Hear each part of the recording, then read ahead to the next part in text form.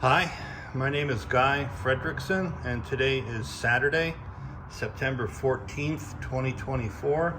And this is another update on the Martinac, the side repairs towards the transom.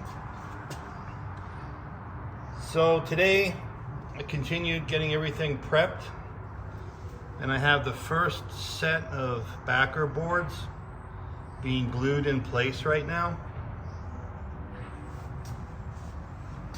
So the backer boards in this case are 1/2 inch thick plywood, and then I'll put another layer behind these. So I'll have 1 inch of plywood.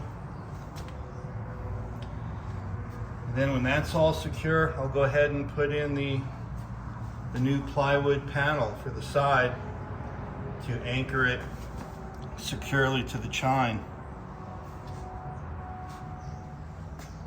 Okay, that's it for today. Thanks for watching, and I'll talk to you later. Bye.